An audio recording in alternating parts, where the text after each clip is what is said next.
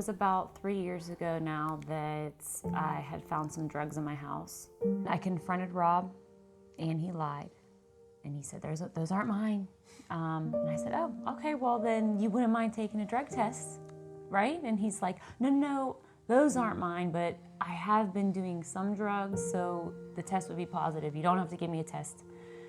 We went to talk with the pastor, and what I didn't know then, what I know now, is Rob was lying to Pastor Jeremiah and lying to me just about how bad it was, I would say. So we left, and I kind of felt like, okay, everything's gonna be all right. We're gonna get back on track. Life's gonna be normal again. And I was so wrong. The next 2 months, I would say, were probably the worst 2 months of my life. Things got progressively worse, fast. I had been getting high since I was 12, and I never really stopped. In 2010, I got saved, and I kind of thought I had a handle on it, but I really never truly stopped completely. So when I got married, I thought I was okay. I thought getting married would help, and being in the church would help. And it turns out my addiction was full-blown really, really quickly after the marriage. Yeah. So now 4.5 years later, she finds some drugs in the house. I downplay it. We go to Jeremiah, tell him taking a couple pills for pain here and there. Yeah. I had went to church one Sunday without Rob, and I was a mess. I was just crying, and I went up to Pastor Jeremiah, and I was crying, and I just said, everything's worse. It's all worse. He didn't get any better. He didn't do anything you told him to do. And Pastor Jeremiah looked at me, and I'll never forget what he said. He said, it's time to kick him out. I'm like, I can kick him out? Okay. So I went home, and I marched right up to him, and I said, Pastor Jeremiah said, you got to get out. I was too afraid to say it was my idea at that point in my life, but I kicked him out. And he was a little bit mad at first, but he said, no, I want to go to rehab. Let me go to rehab. And I said, all right, let's do it.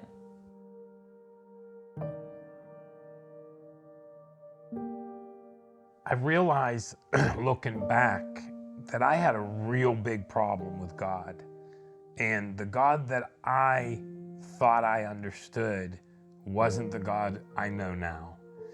And I got saved, and I believed the gospel when I got saved, but I still had a real big problem with God. I had a lot of questions for God when I got clean. I wanted some answers for why this happened.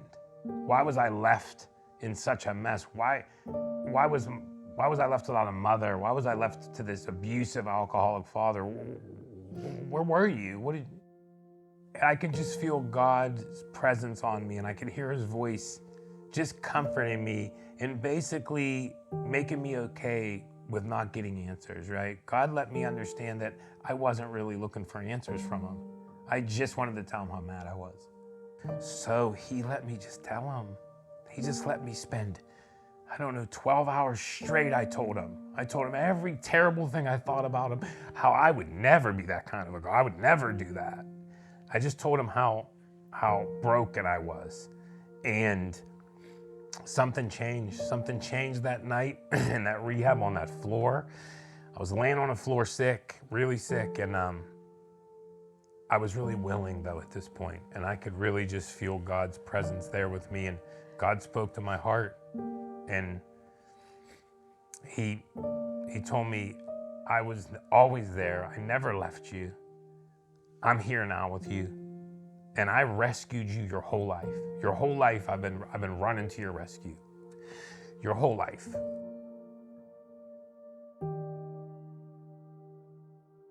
So it was 3 years ago on Good Friday that I walked into the church. Rob had just left for rehab, and I was in the back row, and I was weeping on the back floor, just hyperventilating because I didn't know what my life was going to be. And I'm here today, 3 years later, and I'm able to tell you guys this amazing story of redemption. This story of God taking my marriage that was dead, this lifeless marriage, and he brought it back to life. And I just feel so honored and blessed that it's just his grace, any of it. It's his grace and his mercy that he would even allow me to have a marriage. I don't deserve a healthy marriage. I don't deserve this happy life, this husband. I mean, you are a new person. I don't even know this Rob. I don't know him. He's new. You're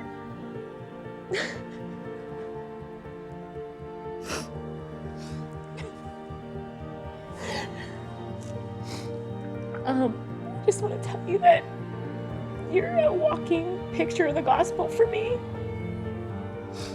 And I'm so honored to do life with you. Thank you. And I'm just so happy that God could use any of our brokenness, and if he could be glorified in any way, I just want to be a part of it, and I want to be obedient to it. And so, thank you. I love you. Thank you. I love you.